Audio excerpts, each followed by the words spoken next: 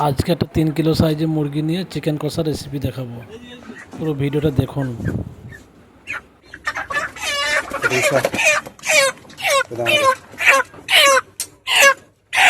মুরগিটা জবাই করে নিচ্ছি।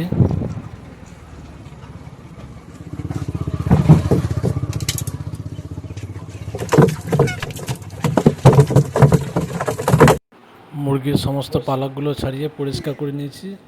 এবার এখানে আমি পিস করব। মুরগিটা ভালো করে পিস করতে হবে, বুঝলি? এইভাবে কেটে নিতে হবে। এই দেখ, চিকেন এটা কি বলতো? Leg leg piece. বলপা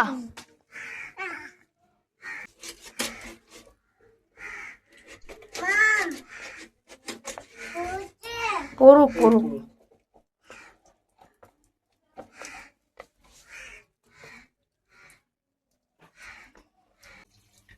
কাক কাক কাক কাক।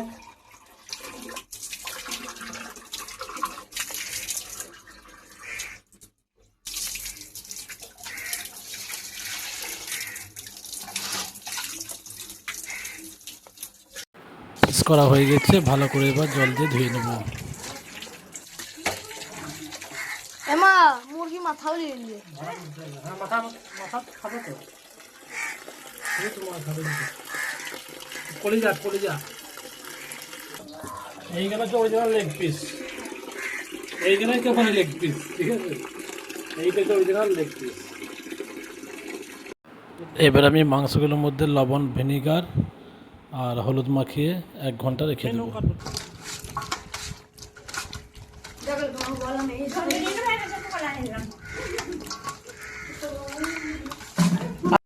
এবার মিক্সচার মেশিনে পেঁয়াজ, টমেটো, আদা, রসুন সব একসঙ্গে দিয়ে একটা পেস্ট বানিয়ে নেব। চলুন।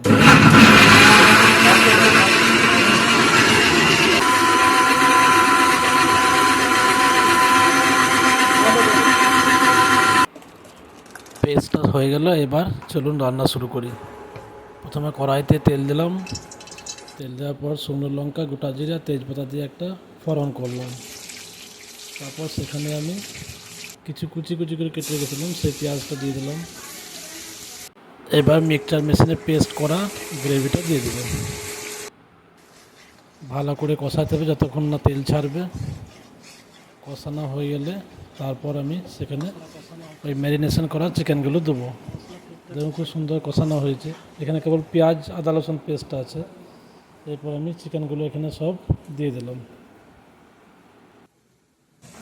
এবার জিরে গুঁড়ো, হলুদ গুঁড়ো, লঙ্কা গুঁড়ো, কাশ্মীরি লঙ্কা, গোলমরিচ ও চিকেন মশলা সব একসঙ্গে দিয়ে আমি আবার একটু কষিয়ে নেব।